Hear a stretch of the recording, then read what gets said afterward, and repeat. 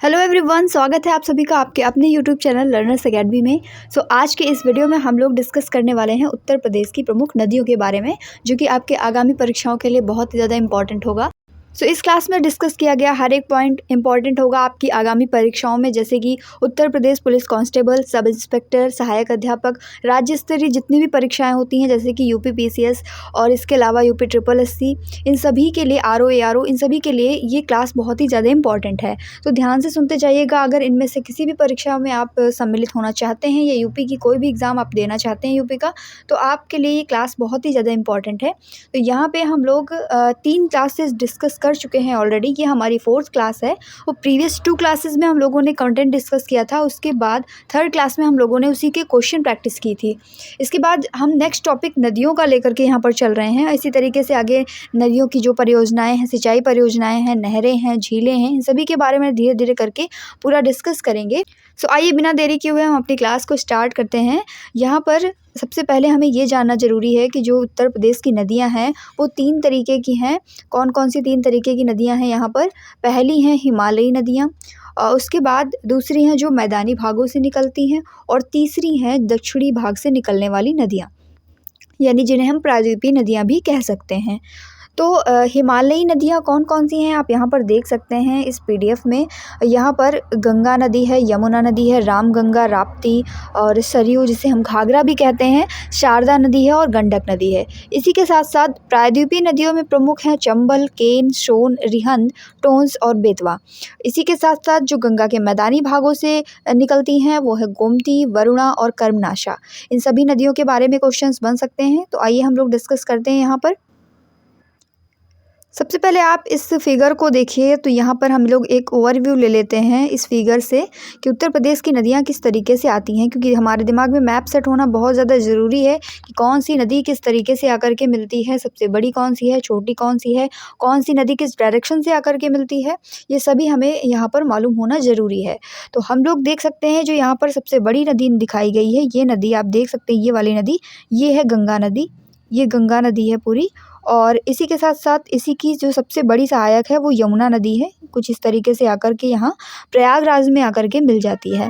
तो क्वेश्चन अगर बनता है कि यमुना नदी गंगा की कौन सी सहायक है, बाएं तरफ से मिलने वाली या फिर दाएं तरफ से मिलने वाली, तो एक चीज़ ध्यान रखिएगा कि नदियों में जिस तरफ नदी फ्लो होती है हम उसकी डायरेक्शन में स्वयं को रख करके अगर देखें, जैसे मान लीजिए नदी इस तरफ से बह रही है, यानी ये डायरेक्शन है, तो अगर आप इस तरफ मुँह करके खड़े हो जाएंगे तो आपका लेफ्ट हैंड इधर होगा और राइट हैंड इधर होगा, यानी इधर से जो भी नदी मिलेगी वो लेफ्ट हैंड ट्रिब्यूटरी होगी और इधर से जो भी मिलेगी वो राइट हैंड ट्रिब्यूटरी कहलाएगी।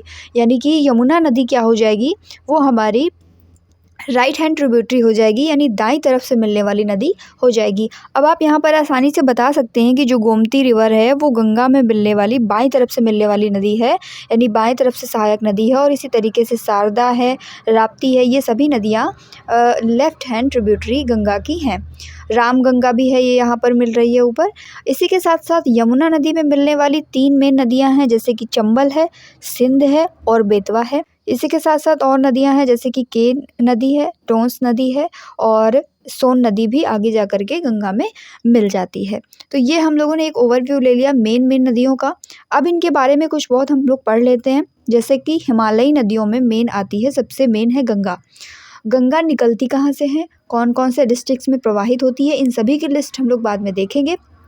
पहले यहाँ पर गंगा के बारे में मेन इंपॉर्टेंट पॉइंट क्या है कि उत्तराखंड में जो गंगोत्री हिमनद है, गंगोत्री ग्लेशियर, वहाँ से गंगा नदी निकलती है और ये उत्तर प्रदेश के 28 जिलों से लगभग प्रवाहित होती है और इसकी लंबाई उत्तर प्रदेश में 1420 किलोमीटर है। अगर हम टोटल लंबाई की बात करें तो 2525 किलोमीटर इसकी टोटल लंबाई है पूरे ऑल ओवर कंट्री में। अगर सिर्फ उत्तर प्रदेश की हम लोग बात करते हैं जो 1420 किलोमीटर एरिया को ये कवर करती है। ठीक है। इसके बाद गंगा नदी की एक और ख़ास बात है कि गंगा नदी जो है प्रयागराज से लेकर हल्दिया कहाँ पर है, पश्चिम बंगाल में है। प्रयागराज में जहाँ से यमुना इससे मिल जाती है, तो प्रयागराज से लेकर के हल्दिया तक 1620 किलोमीटर का जो मार्ग है उसे हम लोगों ने नेशनल वाटर हाईवे का नाम दिया है। वो नेशनल वाटर हाईवे 1 है, यानी राष्ट्रीय जल मार्ग संख्या 1। इसका नाम दिया गया है, इसका दर्जा दिया गया है इसे। तो ध्यान रखेंगे अगर नेशनल वाटर हाईवे पूछा जाता है फर्स्ट नंबर का तो ये है गंगा नदी पर बना हुआ, और प्रयागराज से लेकर के हल्दिया तक इसकी लंबाई कितनी है, 1620 किलोमीटर के लगभग। ओके, गंगा के अगर दाएं तट से मिलने वाली नदियों के नाम पूछे जाएं तो दाएं तट से मिलने वाली नदियां हैं यमुना, टोंस, चंद्रप्रभा, कर्मनाशा, ये सभी नदियां शामिल हैं। इसी के साथ साथ अगर बाएं तट से मिलने वाली सहायक नदियों के बारे में पूछा जाए तो घाघरा है, गंडक है, जो कि यहाँ पर नहीं दिखाई गई हैं, फिर भी आप जान लीजिए घाघरा है, गंडक है, कोसी है, रामगंगा आपको दिख रही है इसमें, और गोमती है। इस तरीके की सारी नदियाँ शामिल हैं। अब पूछा जाता है एक और क्वेश्चन कि गंगा नदी उत्तर प्रदेश में जब बिहार में एंटर करती है तो कौन से डिस्ट्रिक्ट से निकलती है, तो बलिया डिस्ट्रिक्ट से निकलती है। ध्यान में रखिएगा ये बलिया यहाँ पर है, थोड़ा सा मैप में ऊपर नीचे हो सकता है, यहाँ से जो है बिहार में ये एंटर कर जाती है। एक क्वेश्चन और पूछा जा सकता है कि गंगा नदी जब उत्तर प्रदेश में प्रवेश करती है तो कौन से जिले से प्रवेश करती है, तो यहाँ पर बिजनौर है, बिजनौर से एंटर करती है ये। उत्तर प्रदेश की प्रमुख नदियों में जो सेकंड इंपॉर्टेंट रिवर है वो है यमुना। और यमुना नदी कहाँ से निकलती है, तो आइए जानते हैं। उत्तराखंड के बंदरपुर चोटी पर स्थित यमुनोत्री हिमनद से यमुना नदी निकलती है। हिमालय पर्वत की एक नदी है ये, बंदरपुर नामक स्थान के पास जो यमुनोत्री हिमनद है वहाँ से ये निकलती है, और उत्तराखंड राज्य में स्थित है यमुनोत्री हिमनद, ये बात ध्यान में रखेंगे। पौराणिक जो मान्यताएं हैं उनके अनुसार इसके कई सारे नाम हैं, जैसे कालिंदी, नीलांबरा, गंभीरा, सूर्यपुत्री, इन सभी नामों से इसको पुकारा जाता है। तो अब हम लोग बात करते हैं कि उत्तर प्रदेश में जैसे ही यमुना नदी इंटर करती है सो कौन से डिस्ट्रिक्ट से ये इंटर करती है, तो यमुना नदी उत्तर प्रदेश में सहारनपुर डिस्ट्रिक्ट जो हम लोगों ने सबसे ऊपर देखा था, यहाँ ये टॉप वाला, यहाँ से ये इंटर करती है। सहारनपुर जो कि 3 स्टेट से बॉर्डर भी बनाता है, तो यहाँ से यमुना नदी इंटर कर जाती है अपने उत्तर प्रदेश में। बाद जो भगवान कृष्ण से जुड़े हुए स्थान हैं जैसे कि मथुरा है, वृंदावन है, वो इसी नदी के तट पर स्थित हैं। इसके बाद अगर सहायक नदियों की बात करें तो चंबल नदी इसकी मेन सहायक नदी है, और ये कहाँ पर यमुना में मिलती है, तो औरैया में, मुरादगंज के पास ये यमुना में मिल जाती है। आगरा में जो हम लोग ताजमहल देखते हैं वो भी यमुना नदी के किनारे पर ही स्थित है। इसके बाद जब हम लोग प्रयागराज पहुँचते हैं तो प्रयागराज में यमुना नदी गंगा नदी में मिल जाती है, जैसा कि आप यहाँ पर तस्वीर में भी संगम का स्थान देख सकते हैं, और इस जगह को हम लोग संगम के नाम से जानते हैं। और उत्तर प्रदेश के लगभग 20 जिलों से होकर के यमुना नदी बहती है। यमुनोत्री से लेकर के प्रयागराज तक का जो ये सफ़र है यमुना नदी का, अगर इसकी लंबाई की बात करें तो 1376 किलोमीटर के लगभग ये पूरा जो रास्ता है अपना तय करती है। ठीक है, यमुना नदी की बात भी हम लोगों ने कर ली, गंगा नदी के बारे में भी जान लिया है। अब जैसे कि तस्वीर में हम लोगों ने इन सभी नदियों को देख लिया है कि कौन सी नदी किस साइड से गंगा में मिलती है, कौन सी यमुना में मिलती है। फिर इनके छोटे छोटे जो पॉइंट्स हैं अलग से भी हम लोग देख लेते हैं यहाँ पर। जैसे कि रामगंगा रिवर जो है ये गंगा की सहायक नदी है, जैसा कि हम लोगों ने तस्वीर में भी देखा।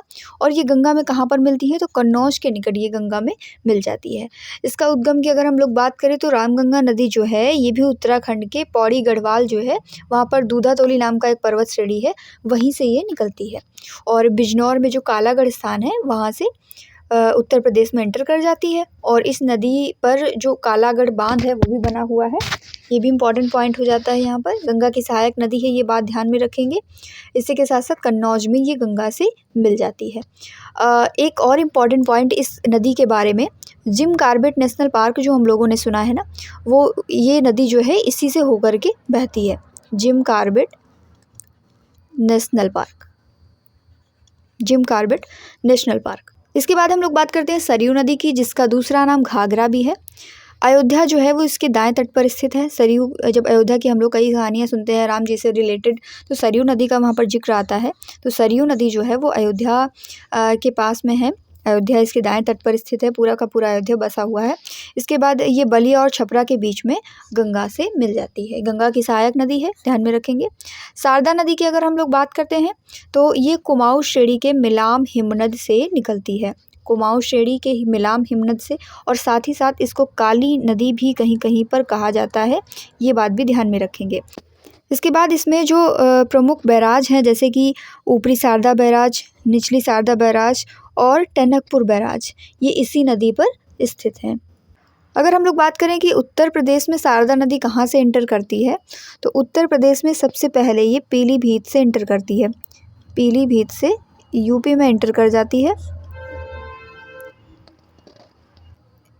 इसके उद्गम स्थल की तो हम लोगों ने बात कर ली, बट इसका जो एंड होता है ये कौन सी नदी में जाकर मिलकर होता है, तो ये मिलती है जो हमारी घाघरा रिवर है सीतापुर के निकट, ये घाघरा नदी में मिल जाती है।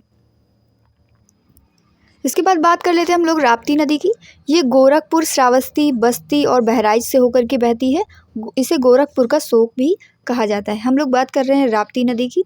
राप्ती नदी की खास बात क्या है कि इसे गोरखपुर का शोक भी कहते हैं। कौन कौन से जिलों से होकर के बहती है?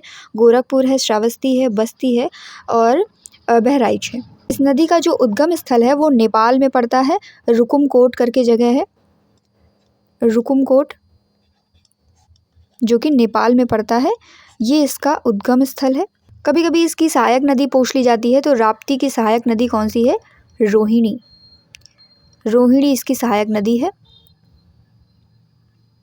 इसी के साथ साथ राप्ती और घाघरा नदी का संगम जो है वो देवरिया में है। देवरिया में बरहज नामक जगह पर राप्ती और घाघरा नदी का संगम हो जाता है। अब हम लोग बात करते हैं गंडक नदी की। तो ये धौलागिरी, अन्नपूर्णा और माउंट एवरेस्ट के बीच से निकलती है। बिहार के साथ साथ उत्तर प्रदेश की पूर्वी सीमा का निर्धारण करते हुए महाराजगंज और कुशीनगर जिलों की सीमाओं से लगकर बहती है। हिंडन नदी की बात कर लेते हैं। ये यमुना की सहायक नदी है। ये सहारनपुर में शिवालिक श्रेणी से निकल करके गौतम बुद्ध नगर के पास यमुना में जाकर के मिल जाती है। बहुत बड़ी रिवर नहीं है, छोटी ही रिवर है। ऊपर से ही जहाँ से सहारनपुर से यमुना नदी इंटर करती है, वहीं पर शिवालिक श्रेणी से निकल करके गौतम बुद्ध नगर के पास ही यमुना में ये मिल जाती है। इस नदी के किनारे पर स्थित आलमगीरपुर में हड़प्पा सभ्यता के प्रमुख अवशेष मिले हैं। अब देखिए, ये जितनी भी इंपॉर्टेंट प्लेसेस हैं जहाँ पर हड़प्पा सभ्यता के अवशेष मिले हैं या अन्य किसी सभ्यता के अवशेष मिले हैं, इन सभी को हम लोग हिस्ट्री में डिस्कस करेंगे। अभी हम लोग यूपी की ज्योग्राफी पढ़ रहे हैं। जैसे जैसे आगे के पॉइंट्स को हम लोग डिस्कस करेंगे, तो वहाँ पर हम लोग हिस्ट्री में जानेंगे कि कौन कौन से इंपॉर्टेंट स्थल हैं और कहाँ पर क्या क्या चीज़ें मिली हुई हैं। अब बारी है प्रायद्वीपीय नदियों की। तो प्रायद्वीपीय यानी पेनिनसुलर इंडिया की रिवर जो है इंपॉर्टेंट, जो कि उत्तर प्रदेश में से होकर बहती हैं, उनकी बात कर लेते हैं। प्रायद्वीपीय नदियाँ कह लीजिए या मध्य भारत से निकली हुई नदियाँ, जैसे कि चंबल हो गई, केन है, सोन नदी है, रिहंद नदी है, इन सभी के बारे में हम लोग छोटे छोटे पॉइंट्स हैं जो पढ़ लेते हैं। ये नदी मालवा पठार पर स्थित जानापाव की पहाड़ियों से निकलती है। गांधी सागर बांध, राणा प्रताप सागर बांध और जवाहर सागर बांध इस नदी पर बनी हुई प्रमुख परियोजनाएं हैं। थोड़ा सा ट्रिक है इसकी कि सागर जो लिखा हुआ है ये सभी में, लगभग सभी डैम्स में देखने को हमें मिल रहा है। तो गांधी सागर बांध, राणा प्रताप सागर बांध और जवाहर सागर बांध इस नदी पर बनी हुई प्रमुख परियोजनाएं हैं। इसके बाद में हम लोग पढ़ते हैं केन नदी के बारे में। तो ये कैमूर की पहाड़ियों से निकलकर बुंदेलखंड क्षेत्र से प्रवाहित होती है। बुंदेलखंड का क्षेत्र कौन सा था? नीचे के जो 7 जिले हैं, है ना, तो वहाँ से ही ये प्रवाहित होती है। वर्तमान में केन बेतवा नदी जोड़ो परियोजना प्रस्तावित है। अब हम लोग देखेंगे कि जो केन बेतवा लिंक परियोजना है ये क्या है, इसके बारे में पढ़ेंगे। सोन नदी ये अमरकंटक पठार से निकल करके सोनभद्र और मिर्ज़ापुर जिले में बहती है। उत्तर प्रदेश में सोनभद्र से गुजरते हुए ये नदी पटना के पास में जाकर के गंगा नदी में मिल जाती है। लगभग इसकी लंबाई कितनी है? 784 किलोमीटर के लगभग इसकी लंबाई है। और ये जो रिहंद नदी है ये सोन की ही सहायक नदी है। ठीक है, तो रिहंद नदी के बारे में, ये सोन की सहायक नदी है। ये छत्तीसगढ़ के मतिरिंगा पहाड़ियों से निकलती है और सोनभद्र जिले में प्रवाहित होती है। इस नदी पर पिपरी में जल विद्युत के लिए रिहंद बांध का निर्माण किया गया है। नाम भी रिहंद नदी है। इसका जलाशय गोविंद वल्लभ पंत सागर जलाशय भारत का सबसे बड़ा कृत्रिम जलाशय है। ये भी इम्पॉर्टेंट पॉइंट है रिहंद नदी के बारे में। वैसे बहुत छोटी नदियों को हम लोग नहीं पढ़ते हैं एग्जाम्स पर्सपेक्टिव से, बट फिर भी ये नदी इंपॉर्टेंट है, इसलिए इसको पढ़ना ज़रूरी था। 2-3 पॉइंट यहाँ के इंपॉर्टेंट है। पहली बात तो ये सोन की सहायक नदी है। दूसरा, ये जो जल विद्युत परियोजना है इस पर रिहंद बांध का जो निर्माण किया गया है ये इंपॉर्टेंट है। इसी के साथ साथ गोविंद वल्लभ पंत सागर जलाशय जो है ये भारत का सबसे बड़ा कृत्रिम जलाशय है। इसके बाद यहाँ पर 2 और इम्पॉर्टेंट नदियाँ हैं, जैसे कि टोंस नदी और बेतवा नदी।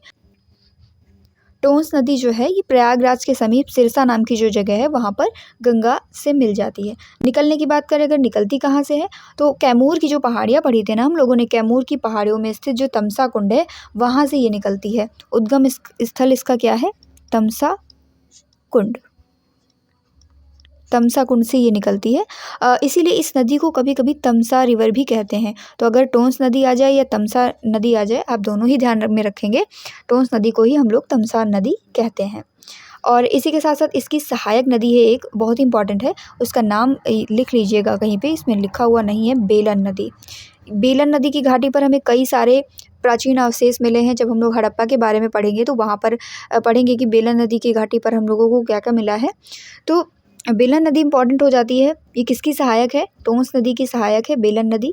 टोटल लंबाई की बात करें तो बहुत ज़्यादा लंबी नहीं है, 265 किलोमीटर के लगभग इसकी लंबाई है। इसके बाद में बात करते हैं हम लोग बेतवा नदी की। ये यमुना की सहायक नदी है। इस नदी पर ललितपुर में माता टीला बांध बना हुआ है। देखिए ललितपुर जिला जो मध्य प्रदेश में बिल्कुल नीचे से लटका हुआ ऐसा बना हुआ है ना, कुछ इस तरीके से मैप है। हम लोगों ने जब देखा था यूपी का मैप, तो ये जो डिस्ट्रिक्ट आपको दिखता है, इधर ऊपर झांसी है, यहाँ पर ललितपुर है। तो ये ललितपुर जिला जो है, यहीं पर माता टीला बांध बना हुआ है और परीक्षा बांध भी इस नदी पर है जो झांसी में है। ठीक है, तो इस तरीके से हम लोगों ने बेतवा नदी के बारे में भी पढ़ लिया जो कि यमुना की सहायक है। अब देखिए कुछ नदियां हैं जो गंगा के मैदानी भागों से निकलती हैं, जैसे कि गोमती है, वरुणा है, कर्मनाशा है। तो इस तरीके से हम लोग इन तीनों के बारे में भी पढ़ लेते हैं। गोमती नदी जो है वो पीलीभीत के फुलहर झील से निकलती है। लंबाई इसकी 960 किलोमीटर है। अत्यधिक प्रदूषण के कारण ये नदी खराब दशा में है। तो गोमती रिवर के बारे में हो गया, कहाँ से निकलती है? पीलीभीत के फुलहर झील से। वरुणा नदी, इस नदी का उद्गम प्रयागराज के समीप फूलपुर से हुआ है और ये वाराणसी के आदि केशव घाट पर गंगा में मिल जाती है। इसके बाद बात करते हैं हम लोग कर्मनाशा नदी की। ये गंगा की सहायक नदी है और ये उत्तर प्रदेश में मिर्ज़ापुर, चंदौली और गाजीपुर से होकर के बहती है। इस तरीके से कंक्लूजन के रूप में हम लोग कह सकते हैं कि नदियाँ जो हैं उत्तर प्रदेश की, वो पेयजल के लिए, सिंचाई के लिए, जितनी भी जल विद्युत परियोजनाएँ हैं, ताप विद्युत परियोजनाएँ हैं, उन सभी के लिए एक मल्टी डायमेंशनल रूप से उपयोगी हैं और इसी के साथ साथ ये टूरिज़्म का विकल्प भी प्रस्तुत करती हैं। तो उत्तर प्रदेश की नदियाँ बहुत ही ज़्यादा इम्पॉर्टेंट हैं। सबसे मेन हैं ये खाद्यान्न के लिए, खेती के लिए बहुत ही ज़्यादा इम्पॉर्टेंट है।